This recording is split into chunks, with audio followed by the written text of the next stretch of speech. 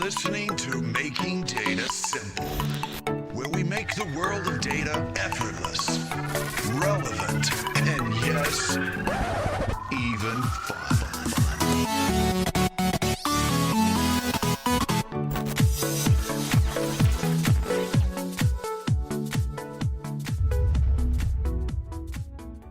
Folks, welcome back to Making Data Simple.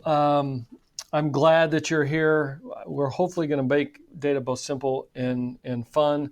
As always, please give us some feedback on Al Martin Talks Data. I mean, obviously, please rate us, but you can always give us feedback at almartintalksdata@gmail.com. I would also, if we've brought a lot of speakers on that have reached out to us, so don't be shy. If you think you've got a good message story to tell, please reach out to us. Today, I'm with Carlvin Paris. Yes, I know that sounds like a rock star name. We'll figure out where that came from. But he is a rock star, but I don't know. Do you sing too, Carlvin? I presume no? Yes, maybe? No, you don't want to hear that. You don't want to go there? All right, that's fine. Well, you are a rock star in the data science and AI segment. In fact, I think the official title, let me get this right, is the North America Data Science and AI segment leader for industrial and distribution in cloud sales. So you're one of these coin-operated guys or what? I guess that's one way you could put it, sure. Well, I just had to hit on sales a little bit. No, I love sales. You guys help me keep my job, right? But I think you've been with IBM over 25 years. Here's what I know. I do my research. You've held roles in optimization, supply chain, prescriptive analytics and optimization, and now the data science and sales leader. Somewhat close. I'll let you elaborate or correct anything I might have got wrong. No, that's pretty accurate, right? My history is very much focused on prescriptive analytics and optimization, and now that's a key element integrated inside of IBM's data science portfolio. That's what I'm heading up for a couple markets, as you just noted, industrial and distribution, which are real mainstay markets for analytics and, more importantly, for decision optimization. And you're a listener of the podcast. It's my daily dog walking routine. Yes. I think that's a good thing, right? I know what your dog is probably doing during the walking, but I still think it's a good thing, right? It's a fantastic thing. I know you've had a lot of folks that I work with closely. I know you had Seth Dobrin on. He's like the SNL, I don't know if he's a 5-timer and he's got the jacket or not, but I'm familiar with your podcast. Thank you. I think he's still a 3-timer. He wants a jacket though. We're gonna have to do something about that jacket. Maybe it's something different than a jacket. I'm looking at my producer right now as we're talking, and she's shaking her head. Yes. Thanks, Megan. So, all right. So I want to ask several conversations. What I always do in these is it's like having a beer, just at the bar. We're having some fun here. And speaking of beer, if we are at the bar right now, what are you drinking, Carlvin? Well, interesting enough. So it's not a beer. And so this is the second time this has happened. Go ahead.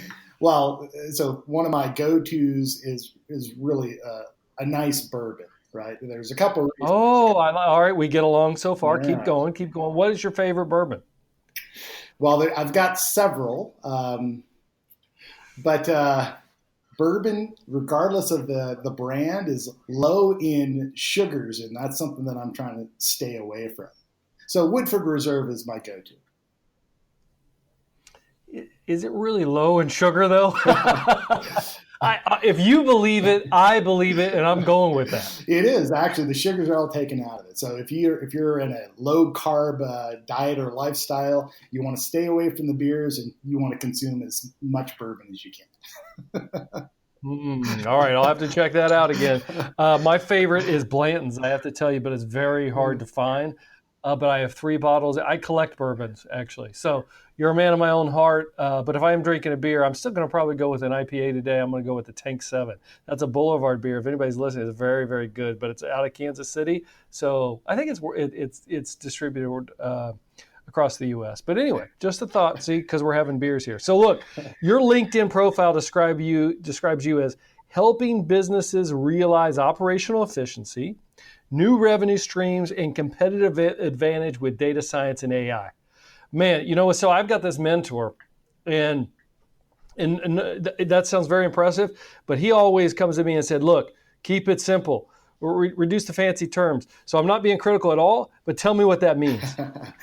Well, it's a great question, right? So I think it's pretty simply put. We're really about helping businesses separate the hype of data science and artificial intelligence from the true business value or the impact that's possible when you start to leverage the best of what IBM has to offer in terms of our people, process, and our technologies. So, when companies partner with IBM, and then we're able to provide them some real extreme return on investment, and that's possible by utilizing these key technologies and our people and processes. I think we offer the best there, and that's really what that's about. And it generates or manifests itself in new or increased revenue streams, or reduction in operating costs or capital expenditures, or could even manifest itself through innovative product or service offerings. And in its best case, it's really presenting itself as a potential for a new business model. So I think that's what I'm trying to say. This is what my primary role is, to help explore the possibilities of data science and AI and how that aligns with our customers' initiatives. So peel the onion, if you will, just one more layer for me. So does that mean you're spending your time with customers working in, like, one of my favorite products of all time, Watson Studio, where you're creating machine learning models otherwise, or are you doing more decision optimization? Give me more in terms of, tactically what that means. Well, it's both, right? So the portfolio that I represent is our data science and AI portfolio. Key components of that portfolio is Watson Studio, helping customers, develop artificial intelligence, machine learning, and optimization models. And I think that's something to share, right? Is there's been this, I'd say, a misunderstanding that optimization is this sort of science outside of data science. But it's really not. It's part of data science. It is one of the key advanced analytics. We call it prescriptive analytics, like a doctor prescribing a fix or a cure for you, right? That's what decision optimization is. It is deeply embedded inside of our integrated data science workbench, like Watson Studio, to help in the building of these models for business operations, and then to deploy these models through our Watson machine learning deployment architecture, right? So it really encompasses both of those primary technologies. They're fantastic bedfellows, right? Decision optimizations really utilizing or ingesting those insights that are derived from predictive analytics. We consume that in a decision optimization model to make the model even better and provide those decision analytics so that companies can make the best decision about what to do across a set of limited resources. All right, so pause for a moment, just for our audience. Can you give the definition, if you will, a simple definition of descriptive versus predictive analytics? So if you think of descriptive analytics, that's part, and if you want to think about this in terms of IBM's, we have an analytics lifecycle. It really starts with planning, right? At the stage of every customer's operation, it really should start with a fantastic plan. But that plan really needs to evolve into that next phase, which is descriptive analytics, where we're using a set of analytics, let's call them familiar for folks around dashboards, reports, or visualizations of data that help customers understand what's happening in their business today, what's happened in their business in the past, right? The next evolution from descriptive analytics, we can lead our way to predictive analytics, where we're trying to answer these questions about what's going to happen next. Given this historical and current data, how do we make decisions about the future? And then finally, I hope this is where you're going, where does prescriptive analytics fit into that analytics lifecycle? This is where decision optimization comes into the picture. It really helps us answer these questions of what should I do next? Given these predictions and this historical data about my business, how do I take the next best action? That's where decision optimization fits into our analytics lifecycle. So fair enough. I mean, if I could restate, so descriptive analytics, again, I want to make sure that everybody out there has a good definition as we go forward. Descriptive analytics reviews data from the past events for patterns, takes use cases, aggregates them, then does data mining, and again, reporting on past events. Where predictive analytics makes assumptions and tests based on past data to predict future what ifs. And then you take one more step and all of a sudden you're in AI machine learning where you're analyzing those assumptions, you're learning and providing predictions, built upon one another and goes from there. Is that, how'd I do? Spot on.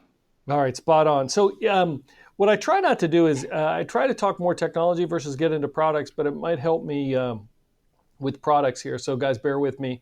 And I'm guilty of, don't get me wrong, I'm guilty of mentioning IBM products all the time, but I mean, that's where I spend my day. But so we've got tools, by example, that are, Watson Studio, that's build, run. Well, Watson Studio does the building of ML models. Then we've got another product that does the deployment and another product that does the management. And then we also have what's called decision optimization. I presume that you're involved with all those, correct? I am. So the question is, for those listening and scratching their head right now, when do I graduate, or graduate's a bad term, but just follow me here. When do I go from the Watson suite of products where I'm building, deploying, managing, to using a tool like decision optimization? And I mean, how does that fit into the overall scheme of things? Well, so this is the interesting thing about decision optimization, right? So if you look at it in context to, IBM's AI ladder, I'm sure you've talked about this. I know with Seth several times. Yes, I've talked about it. But pause for a second. Sure. AI ladder, for those listening, is the prescriptive ladder that we have that helps clients with the maturity curve of getting from, imagine, right to left to get the hockey stick so they can move towards a digital transformation. So it's collect, organize, analyze, and infuse. Sorry, go ahead and go. No, that's perfect. And that's the setup that I was, you're a good lead for me, right?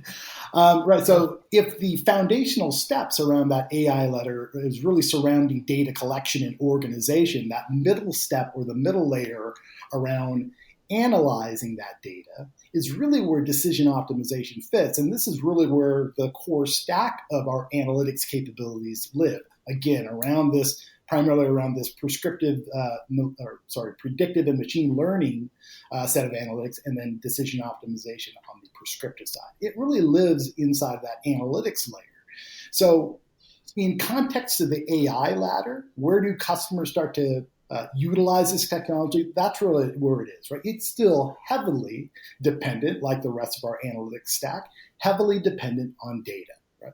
Without data and without good data, decision optimization is fairly useless, right? So we want to have good data, and you make that data even better if you can make it, sort of predicted data. So you would consume, again, optimization would consume predictive analytics or a predictive forecast to make the analytics recommendations that come out of decision optimization even better. So that leads me to my next question, and I'm throwing you a softball here. So at least I think I am. So you would use decision optimization with Watson Studio? Absolutely, and it's included in Watson Studio. So there's several flavors of Watson Studio. So you can consume Watson Studio either as an on-premise piece of software. It is part of if you want to install it on your own enterprise servers or co-located servers, that's one option for you. If you want to use it as a fully managed service, IBM has that option for you as well. So we've got decision optimization included inside of our Watson Studio, whether it's in the on-prem traditional installation of software or whether it's a managed service over cloud. And even one more, right? What's coming out down the road is our desktop version of this. So you've got Watson Studio for desktop. The installation is much quicker, much lighter. You can install this on a desktop or a laptop. So we make decision optimization available inside of all three environments. Pick your flavor. There you go, Carlvin. You hit the softball and you put it out of the park, man. I appreciate it. I wanted you to say that it's in Watson Studio. You got all the points. Man. All right. Very, very good. Thank you. That wasn't a test, but I wanted to just make sure that we got some of that out. Thank you so much. So what are some of the common use cases that clients come to you for, to be addressed in optimization? I don't think we really dove into those, particularly, I guess, in your field of expertise, which is industrial and distribution. Yeah, great question. So there's several use cases for optimization. Some of the most common ones really surround advanced planning and scheduling. And that's related to the areas of supply chain or supply chain design or optimization, transportation, routing, and scheduling, manufacturing operations, or inventory or product flow optimization. Those are always the go-to major use cases, and those things happen across several industries or markets.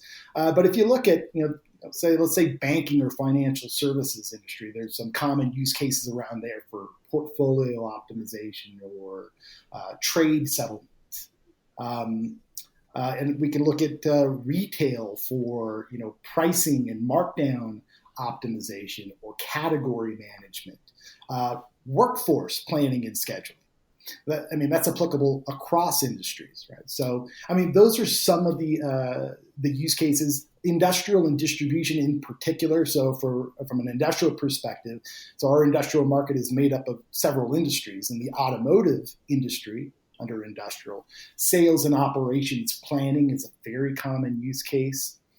Again, on the manufacturing side, trying to sort of slot or sequence vehicles through the production line, that's a major use case for optimization.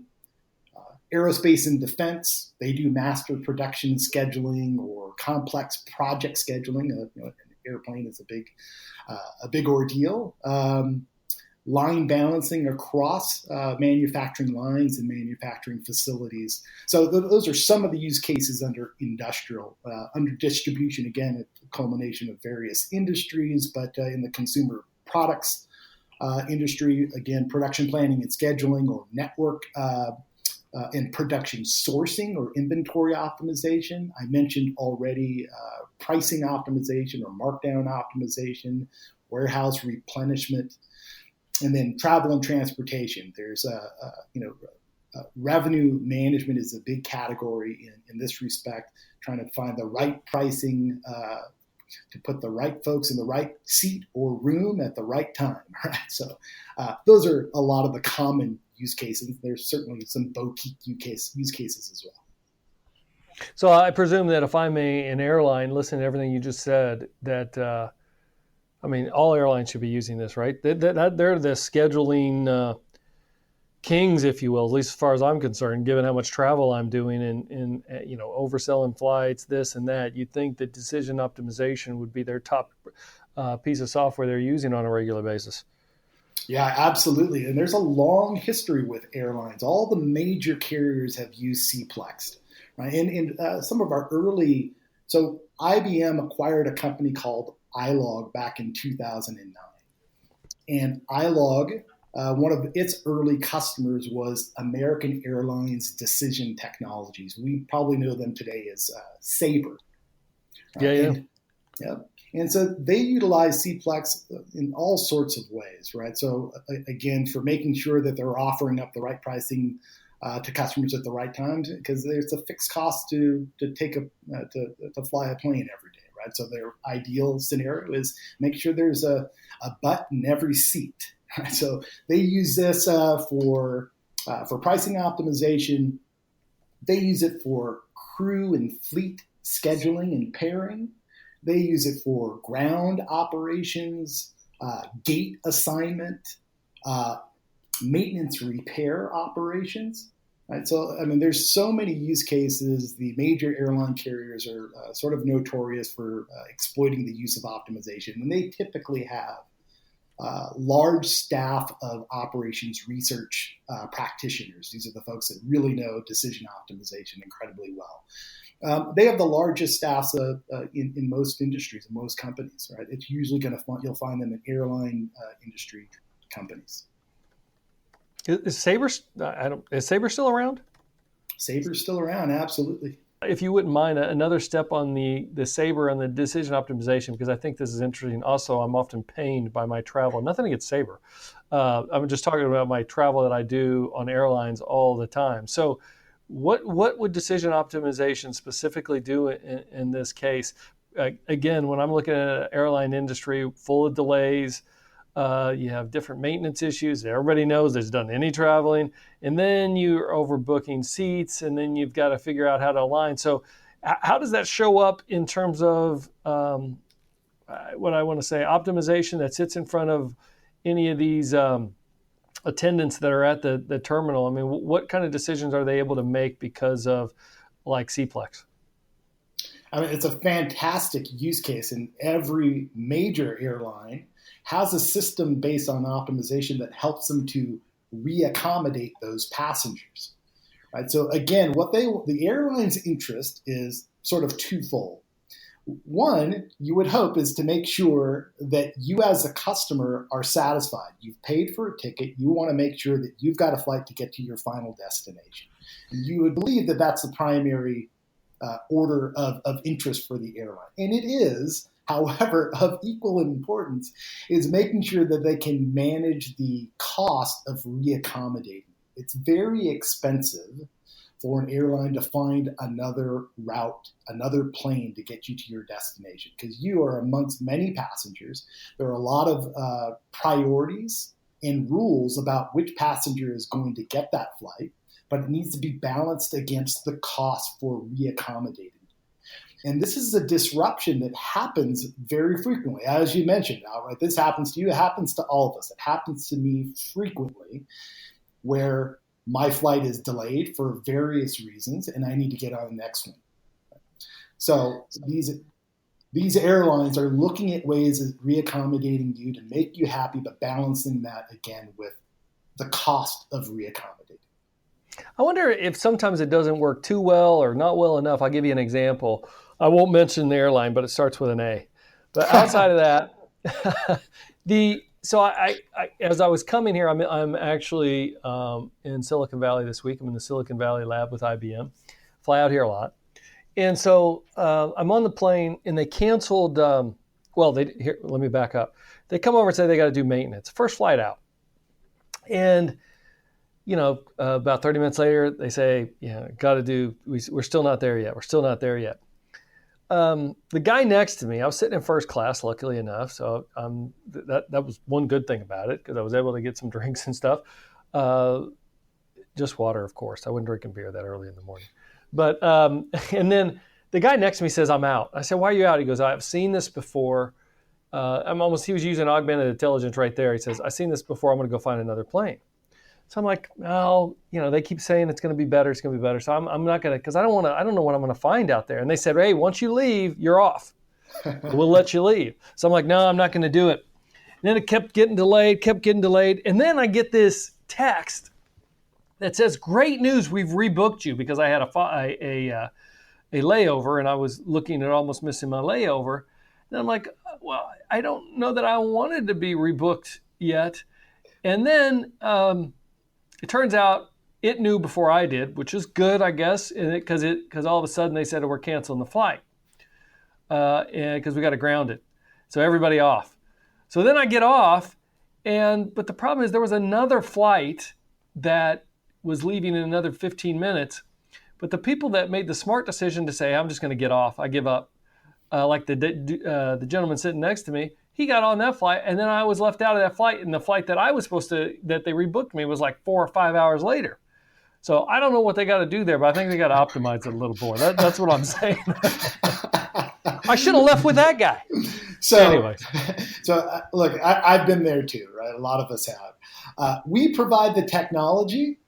In those instances with those major airlines, as I said again, they've got a huge staff of very expert operations research practitioners, the decision optimization experts. We provide them the technology, but at the end of the day, this is a combination of using that technology, that science, coupled with the art of really good model making, right? And so there's never any substitute for that. They're still reliant on that expertise that they have of building the proper model that meets the objective that they're trying to accomplish. So that's a good, actually you did very well.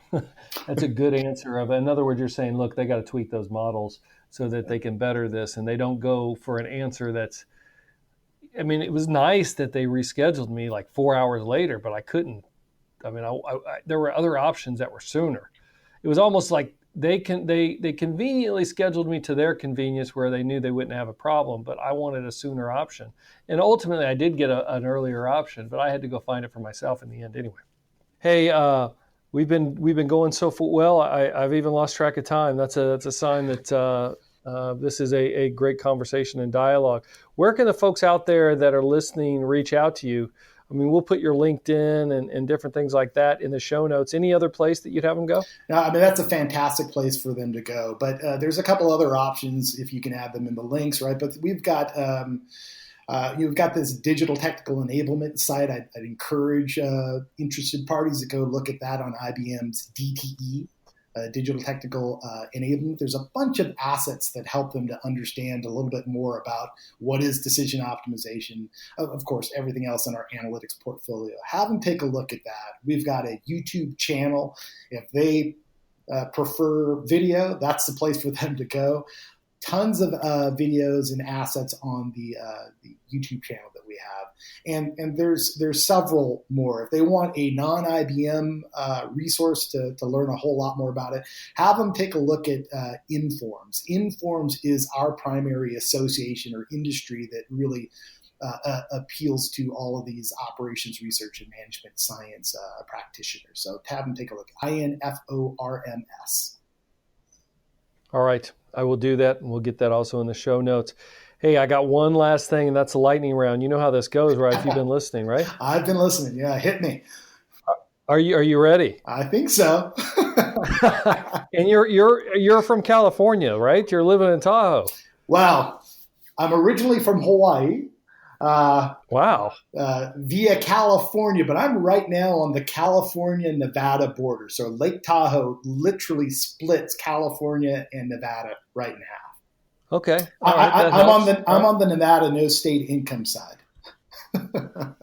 You're on the Nevada side then? Okay. Yeah, there's a little sliver called incline. It sounds like there's a tax incentive there. There's a strong tax incentive. If you're coming from California, then it's an 11% raise for you.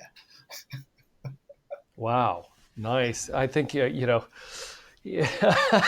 I don't know how to. Yeah, the people listening are starting to do their Google search right now. Clicker or coder? Personally, clicker.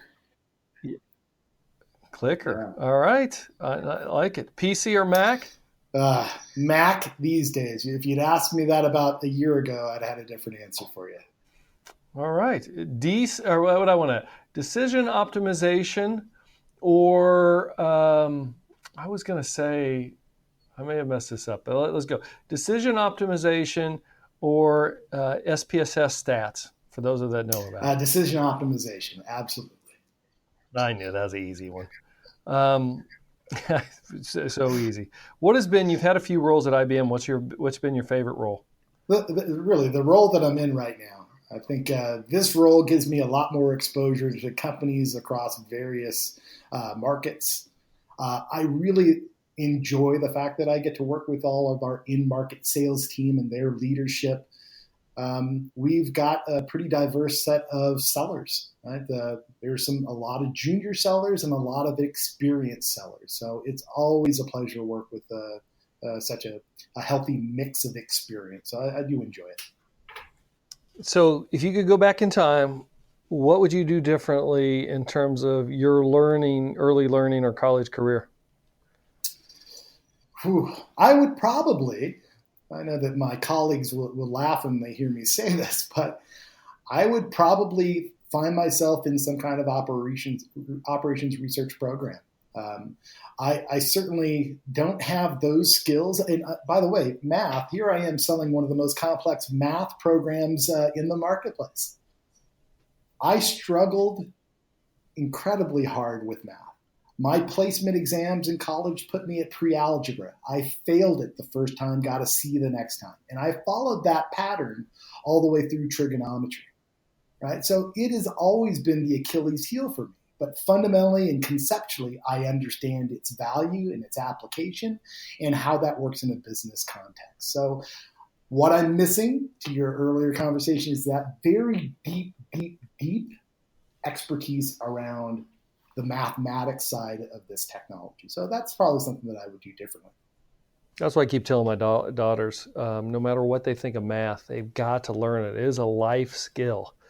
And I've actually, as they're going through college themselves, I'm saying, look, I'm doing it. Let's put it this way. There's a lot of money coming out of my pocket for their college. You're going to take a computer programming class, no matter what. That's your payback, at least one of the paybacks to me. Look, last question. Why the hell would you ever leave Hawaii? Boy, that's a loaded question. First of all, that wasn't my doing, right? That was my parents or my dad. He had a huge opportunity in the mainland, and that was working for a moving and storage outfit as a truck driver. So, which was a major step up from where he came from. And we were the only family of my very large family back home that's ever left the island, right? And if that didn't happen, I moved to San Jose. I never would have grown up in the Silicon Valley and had the experience I did, right? So I'm incredibly fortunate that happened. But I will tell you, I'm certainly looking to find my way back home. I would think that it'd be very difficult to be a truck driver in an island. That's right. I would think so. So, absolutely. Are you a surfer? Did you surf? I surfed. I boogie boarded in Hawaii. But now what I do, and since I'm here in the Sierra Nevada mountains, is I snowboard. Nice. Very good. I would imagine there's a lot of the skill set that transfers. Yeah. Anything on a board. All right. Hey, thank you, Carlvin, for being here. I greatly appreciate it. It's been a good conversation, easy conversation, and those make the best. So thank you so much. I appreciate it, bud. Yeah, absolutely. It's been my pleasure. Thanks for having me out. All right. Thank you. And for you listeners, I will see you on the podcast. Again, let us know how we're doing. almartintalksdata@gmail.com. If you've got a great story and want to tell us, let us know. See you. Thanks for listening to the Making Data Simple podcast, where we make data fun. Be sure to visit ibmbigdatahub.com/podcasts to access the show notes and uncover even more great episodes. Remember, the views expressed here are those of the host and its guests, and do not necessarily represent the views of IBM. Until next time, over and out.